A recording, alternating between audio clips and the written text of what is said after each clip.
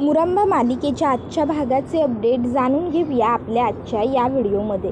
चला तर मग सुरुवात करूया आपल्या व्हिडिओला. तर आता आपण इथे पाहतोय की सध्या अभ्या हा आलेला असतो आणि तो अक्षयला म्हणत असतो, अक्षय पोलिसांना काही सुगावा लागला का, कळलं का ती लोक कोण होती, ते कोण गुंड होते, काही समजलं, रात्री काही फोन वगैरे आला होता. अक्षय म्हणतो नाही अजून तरी काही, म्हणजे इतक्यात रमा तिकडे येते आणि रमा म्हणते झालं आहे माझं त्या लोकांबरोबर बोलणं. त्यावर अभ्या म्हणतो काय बोलणं झालं, काय म्हणाले पोलीस, ते गुंड गेले नाही ना पळून, म्हणजे सापडतील ना. त्यावर रमा म्हणते हो सापडतील. त्यावर अभ्या म्हणतो कुठले गुंड होते, काही कळालं का, नाही म्हणजे इथलेच होते ना की. आता अभ्या एवढे प्रश्न विचारू लागतो की रमा आणि अक्षय दोघांनाही जरा वेगळं वाटतं. मग अक्षय म्हणतो अभ्या हे बघ, मला कळतं आहे की तुला आरूची खूप जास्त काळजी वाटते आणि त्यामुळे तू पॅनिक झाला आहेस, पण हे बघ एवढी काळजी करण्याची सुद्धा काही गरज नाही आहे. पोलीस आहेत ना, पोलीस त्यांच्या पद्धतीने काम करत आहेत आणि लवकरात लवकर ते गुन्हेगाराला शोधूनही काढतील. उगाचच्या उगाच स्ट्रेस नको घेऊस. त्याबरोबर इकडे रमासुद्धा म्हणत असते की हो अभ्या दादा काळजी करू नका. अभ्या म्हणत असतो की नाही रे, मी ते प्रश्न विचारतोय कारण म्हणजे फक्त आपल्या आरूतलाच किडनॅप केलं होतं की पैसे घेऊन हे लोक असे कामं वगैरे करतायत, मला तो प्रश्न पडला आहे. त्याबरोबर रमा म्हणते काळजी करू नका अभ्या दादा, ती माणसं सापडतील, मग आपल्याला सगळं उलगडेलच. अभ्या आता मनात म्हणतो की बापरे, जर ती लोक सापडली तर माझं गुपित बाहेर पडेल. त्याबरोबर अक्षय म्हणतो अभ्या काय झालं, कसल्या विचारात बुडलास, कसला एवढा विचार करू लागलास. त्याबरोबर आता अभ्या म्हणू लागतो की नाही काही नाही, मी आपलं ते कामाचे विचार डोक्यात सुरू आहेत, विचार करत होतो की जरा कामाचे विचार काम करतो म्हणजे मला जरा बरं वाटेल, रिलॅक्स फील होईल. त्याबरोबर मग आता तो म्हणतो की हो हो बरोबर आहे. अभ्या आता तिकडनं कामाचं कारण काढून बाहेर जातो. तशी रमा अक्षयच्या जवळ येऊन बसते आणि आता ती अक्षयला म्हणत असते अहो खरंच थँक्यू सो मच. अक्षय म्हणतो काय झालं, थँक्स का म्हणतेस अचानक. त्यावर रमा म्हणते आरूवर ना तुम्ही खूप छान एकदम मस्त संस्कार केले. तुम्हाला माहिती आहे मला काय वाटलं होतं, मला खरंच असं मनातून आतून वाटत होतं की या सगळ्यातून बाहेर पडायला आरूला वेळ लागेल, म्हणजे थोडा नाही हो, खूपच वेळ लागेल. पण आपली आरू एवढी स्ट्रॉंग आहे ना की तिने मला काय सांगितलं माहिती आहे, आई मला ठीक आहे, मी ओके आहे, काळजी करू नकोस, मी तुझी मुलगी आहे आणि मी खूप स्ट्रॉंग आहे, बाबाने मला खूप स्ट्रॉंग बनवलं आहे. तुम्हाला माहिती आहे कदाचित जर मी आरू बरोबर असते ना तर आरू एवढी स्ट्रॉंग झाली असती की नाही हा माझ्या मनात प्रश्न आहे, पण तुमच्यामुळे आरू खरंच खूप स्ट्रॉंग झाली हो. त्यावर अक्षय म्हणत असतो रमा उगाचच्या उगाच असं काहीही बोलू नकोस आणि हे क्रेडिट काही माझ्या एकट्याचं नाही आहे. उगाचच्या उगाच तू तुझं माझं असं काही करू नको, तुझं संगोपन माझं संगोपन असं काही नसतं गं. ती आपली मुलगी आहे आणि ती आपल्यासारखी आहे, तिच्यात तुझं रक्त आहे ना, त्यामुळे सुद्धा ती स्ट्रॉंग आहे. त्यावर रमा म्हणते मी एवढं तुमचं कौतुक करते पण तुम्हाला काही ऐकायचं नाहीच आहे, जाऊ दे, आणि ती तिकडनं उठून जाते. तर दुसऱ्या बाजूला रेवा ही विचारात मग्न असते. इतक्यात तिकडे तामनकर येतो. येताना रेवासाठी सूपही घेऊन आलेला असतो. मग तामनकर रेवाला हाक मारतो, रेवा डार्लिंग, रेवा डार्लिंग, कसला एवढा विचार करतेस, काय झालं. तशी रेवा त्याच्याकडे बघते आणि म्हणत असते कसला विचार करते, काय बोलतोयस पिशू. विचार तर मी हाच करते की हे सगळं काही कुणी केलं असेल, कसं घडलं असेल, आरोहीला किडनॅप का केलं असेल, कुणी केलं असेल, त्यामागे त्या माणसाचा हेतू काय असेल, आणि अजूनही ते गुंड सापडलेले नाही आहेत. त्यामुळे मला आणखीन टेन्शन झालं. कुणी असेल असं की ज्याने आरोहीला किडनॅप केलं. हे बघ विशू, मला असं वाटतं आहे की हे ज्याने कुणी केलं आहे ना तो लवकरात लवकर सापडायला हवा. अक्षयला मला वाटतं आहे की हे सगळं मी केलं आहे, पण मी यातलं काहीही केलेलं नाही आहे. त्यामुळे जोपर्यंत ते गुंड सापडणार नाहीत ना विशू, तोपर्यंत मी निर्दोष आहे ही गोष्ट मी अक्षय आणि रमाच्या समोर सिद्ध नाही करू शकत. जगाला तर आपले वाद जगजाहीर आहेत, पण तरी. त्याबरोबर मग विश्वनाथ म्हणतो की डार्लिंग काळजी करू नकोस, पोलीस तर कामाला लागलेलेच आहेत, पण त्याबरोबर मी एका प्रायव्हेट एजन्सीला सुद्धा कामाला लावलं आहे आणि मी त्यांना सांगितलं आहे की त्या गुंडांना लवकरात लवकर पकडा, त्यामुळे ते गुंड सापडतील, डोंट वरी. त्यावर ती म्हणते पण विशू मला आरोहीची काळजी वाटते, पुन्हा जर त्या लोकांनी आरूला टॉर्चर करण्याचा प्रयत्न केला तर आपण काय करणार आहोत, तर आपल्याला काहीतरी पर्याय असायला हवा ना. त्यावर तो म्हणतो याच्यावरती सुद्धा सोल्युशन आहे. रेवा डार्लिंग, मी आरोहीच्या सेफ्टीसाठी काही पर्सनली माणसं ठेवलेली आहेत, नाही म्हणजे आरोहीला त्रास होणार नाही आणि तिच्यावरती लक्षही राहील असं करून घेऊ आपण. म्हणजे व्यवस्थित आरोही सेफ राहील, आपल्याला गुंडही सापडतील आणि तुझ्या चेहऱ्यावरचं स्माईलही टिकून राहील. त्यावरती म्हणते वाव वाव यार, तू खरंच ग्रेट आहेस, यू आर अमेझिंग विशू. त्याबरोबर विश्वनाथ खुश होतो. रेवा म्हणत असते, विशू तुला माहिती आहे आरोही काही काळी माझ्या एका खूप जवळच्या असलेल्या मैत्रिणीची रमाची मुलगी आहे आणि ती खूप गोड आहे रे, ती खूप क्यूट आहे. तुला माहिती आहे तिने मला बघितलं, मी तिला बघितलं आणि तिने अगदी क्षणार्धात मला आपलंसं करून घेतलं रे. मला खूप आवडली आहे ती मुलगी. विशू मला ना तिला त्रास नाही होऊ द्यायचा, त्यासाठी मी काहीही करायला तयार आहे, कळतंय का तुला. त्याबरोबर दुसऱ्या बाजूला इकडे टी व्हीवर बातमी सुरू असते. आजच्या ठळक बातमी. रेवाने वाचवला आरोहीचा जीव. रेवा म्हणजे रेवा ताम्हणकर आणि आरोही म्हणजे अक्षय मुकादम यांची एकुलती एक मुलगी. रेवा ताम्हणकर यांनी स्वतःच्या जीवाची पर्वा न करता वाचवला अक्षय मुकादम आणि रमा मुकादमच्या चिमुरडीचा जीव. सध्या रेवा ह्या झाल्या आहेत अक्षय आणि रमा मुकादम, त्याचबरोबर संपूर्ण मुकादम कुटुंबासाठी देवदूत. त्यांनी जीव वाचवला नसता तर काय झालं असतं चिमुरडीचं, हा प्रश्न घुमतोय संपूर्ण पाचगणित. आता ह्या बातम्या बघून आनंददादाला राग येतो आणि आनंददादा लगेचच टी व्ही बंद करत म्हणतो, अरे बाद झालं, प्रत्येक चॅनलवरती दिसतंय तेवढं ह्या रेवाचंच कौतुक दिसतंय, आता काय दिवसभर आपण हेच बघत बसायचं का. त्यावर मग मयुरी म्हणते, अरे दादा पण हरकत काय आहे, सत्यता तर आपण नाकारू शकत नाही ना. खरं बघायला गेलं तर आपल्या आरूचा जीव रेवानेच वाचवला आहे आणि आपण सत्यता नाकारायला नको असं मला तरी वाटतं.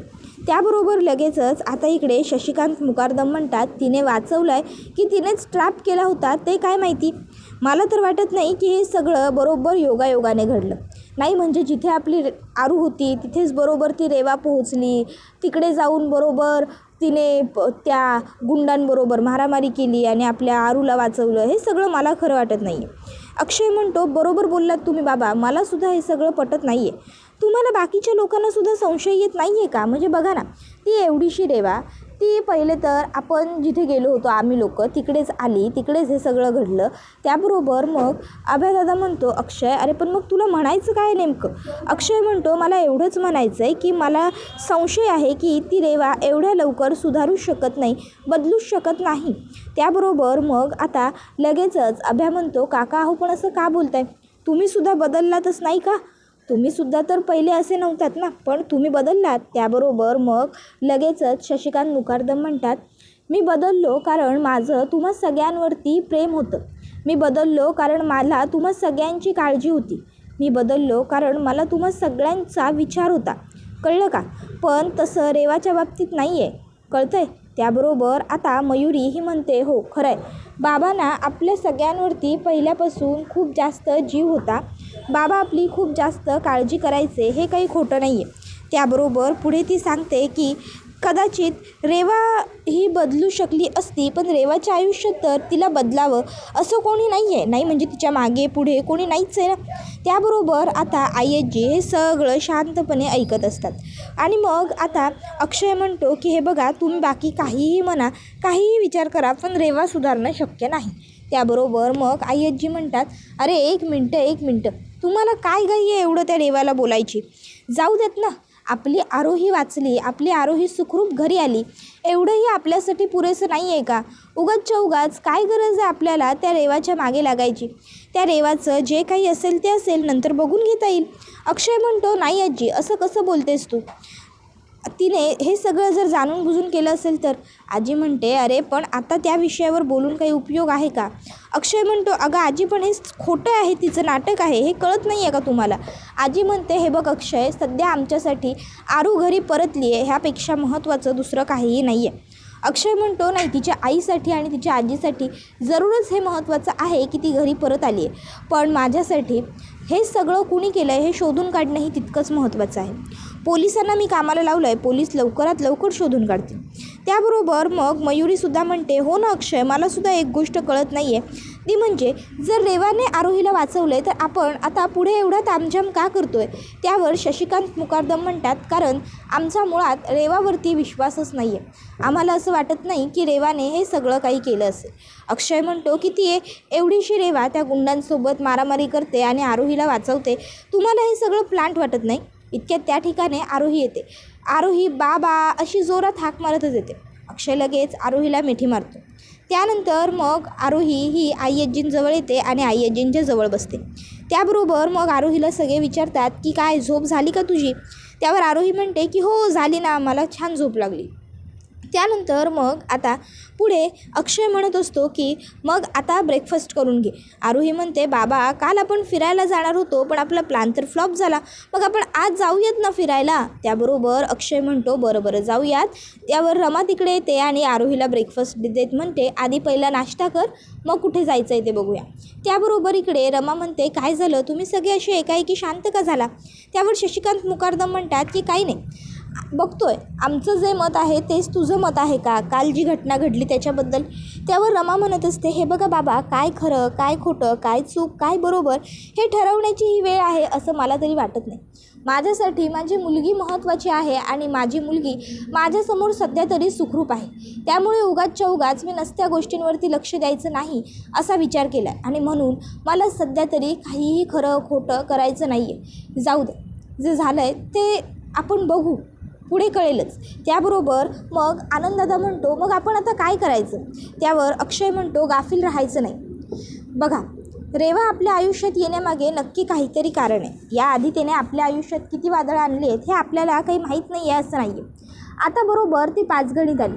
तिने अण्णांच्या प्रॉपर्टीवरती दावा सांगितला, नंतर तिनेच तो सोडूनही दिला आणि त्यानंतर मग आता ती इकडे आरोहीला वाचवायला आली.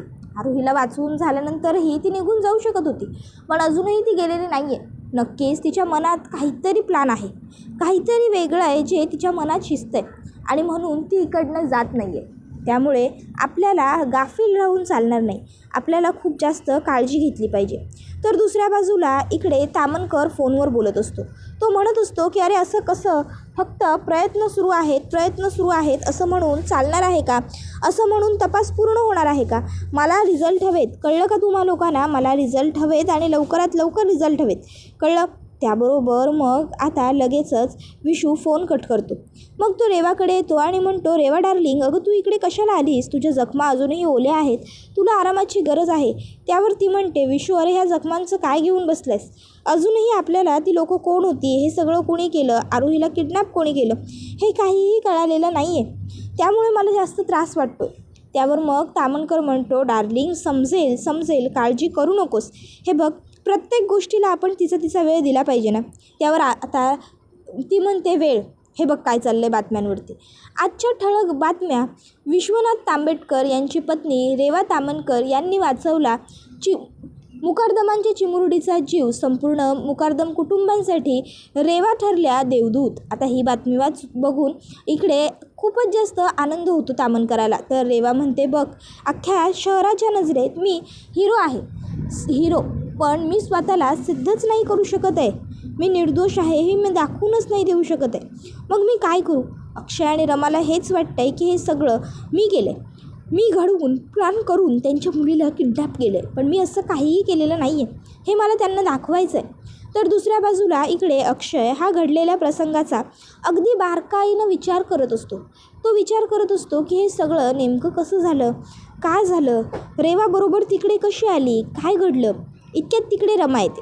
रमा येऊन आता अक्षयच्या समोर शांत उभी राहते, पण अक्षय काही रिॲक्ट होत नसतो. रमा अक्षयला म्हणते अहो मला तुमच्याशी थोडं बोलायचं आहे. अक्षय तरीही काही बघत नसतो, ढिम्म हलत नसतो. मग रमा अक्षयला म्हणते अहो तुमच्याशी बोलते ना मी, मला थोडं बोलायचं आहे.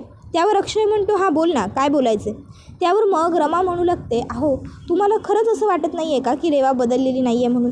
त्यावर अक्षय म्हणतो नाही, माझा मुळात रेवावरती कालही विश्वास नव्हता आणि आजही नाही आहे. माझी पूर्ण खात्री आहे की रेवा ना कधी सुधरू शकत ना कधी बदलू शकत. रेवा आहे ती रेवा नाही बदलू शकत, कळतं आहे का तुला? त्याबरोबर रमा म्हणते अहो पण तरीही नाही, म्हणजे तुम्ही म्हणताय तर पण.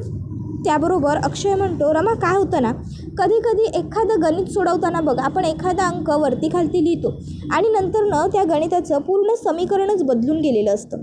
एका अंक्यामुळे पूर्ण गणित चुकतं, तसं काहीतरी आहे. रमा म्हणते अहो पण कधी कधी काही वेळा काही गणितं खूप सोपी असतात पण त्यांना अवघड आपण बनवतो, हेही तर होतं. अक्षय म्हणतो नाही कधी कधी होतं ना असं, पण बऱ्याच वेळा काय घडतं माहिती आहे, एखादं गणित आपल्याला खूप सोपं वाटतं खूपच सोपं. हे तर आपण सहज असं सॉल्व करू. पण जेव्हा आपण ते गणित सॉल्व करायला घेतो ना, तेव्हा लक्षात येतं त्याची कॉम्प्लेक्सिटी काय येते. त्यामुळे मी सांगतोय तेच बरोबर आहे. रेवा आहे ना, तिच्यावर विश्वास ठेवण्याच्या मुळात ती लायकच नाही आहे. त्यावेळी रमा अक्षयच्या समोर येऊन बसते आणि आता ती अक्षयच्या अंगावरती कपडा फेकून मारते. अक्षय म्हणतो, अरे हिंसा काय करतेस तू? तोंडाने बोल ना, शब्दांनी बोल. मी शब्दांनी बोलतोय ना. त्यावर रमा म्हणते, काय बोलू मी एवढं तुम्हाला सांगते, माझं मत मांडते, पण तुम्हाला माझ्या मताची काही पडलेलीच नाही आहे. तुम्हाला नेहमी असंच वाटत असतं ना की तुम्हीच बरोबर असता, तुम्हालाच सगळं कळतं. अक्षय म्हणतो, हो, कधी कधी मला असं वाटतं की मीच बरोबर असतो आणि मला सगळं कळतं, कारण तू माणसांवरती खूप पटकन विश्वास ठेवतेस. रमा म्हणते, म्हणजे मला अक्कल नाही असं म्हणायचं आहे तुम्हाला? अक्षय म्हणतो, अगं मी असं कुठे म्हटलं. माझं म्हणणं हे आहे की तू लोकांवरती खूप पटकन विश्वास ठेवतेस आणि त्यामुळे नुकसान होतं. रमा, असा लोकांवर पटकन विश्वास नाही ठेवायचा, त्यामुळे असा गोंधळ होतो, समजलं का? रमा म्हणते, पण मला ना सध्या हे सगळं कुणी घडवून आणले हे बघायचं. या सगळ्यात रेवाचा हात असेल असं मला वाटत नाही आहे, त्यामुळे मला बघायचं आहे. आणि कधी कधी माणूस सुधरू शकतो, बदलू शकतो, ह्याच्यावरही आपला विश्वास असायला हवा ना. अक्षय म्हणतो, रेवासारखी मुलगी कधीही नाही बदलू शकत, समजलं का? रमा म्हणते, झालं, पुन्हा तुमचं पुराण सुरू झालं. मी तुम्हाला एवढं समजावून सांगते, पण तुम्हाला काही ऐकायचंच नाही आहे ना. त्यावर अक्षय हा रमाला म्हणतो की रमा, हे बघ. इतक्यात त्यांना आरोहीचा आवाज येतो. बाबा. तसा लगेच अक्षय म्हणतो, सध्या आपली फर्स्ट प्रायोरिटी आपली, रमा म्हणते, मुलगी आहे आरोही. तर दुसऱ्या बाजूला इकडे आता तामनकराला एक खूप शॉकिंग गोष्ट कळालेली असते आणि ती म्हणजे आरोहीला ज्या गाडीने किडनॅप केलं, ती गाडी 7 वर्षांपूर्वी तामनकराच्याच एका कंपनीमध्ये काम करायची. ती तामनकराच्याच नावावर रजिस्टर आहे, पण तो म्हणत असतो की 7 वर्षापूर्वीच मी ती कंपनी बंद केली. मग अजूनही ती गाडी माझ्या नावावर रजिस्टर कशी? हे सगळं कोण करतं आहे माझ्या नावाखाली? आता हे ऐकून रेवालासुद्धा टेन्शन येतं. तर दुसऱ्या बाजूला अभ्या फोनवर बोलत म्हणत असतो की अरे तुम्ही का किडनॅप केलं त्या आरोहीला? बिचारीला तिचा काय दोष होता? आता संपूर्ण पाचगणीतले पोलीस तुम्हाला शोधत आहेत. तो गुंड म्हणतो की हे बघ, आम्ही जर पोलिसांच्या हाती लागलो ना तर आम्ही तुला सोडणार नाही, लक्षात ठेव. पोलिसांना आम्ही तुझ्यापर्यंत घेऊन येऊ. तुमच्या गार्डन एरियामध्ये तर खूप जागा असेल ना. त्याबरोबर फोन चल ठेव एवढं बोलत तो फोन कट करतो. आता अभयदादा मागे फिरतो तर मागे रमा उभी असते. रमाला बघून अभयदादा घाबरतो आणि विचारतो, तू इथे काय करतेस? कधी आलीस? त्याबरोबर हा व्हिडिओ इथेच संपतो.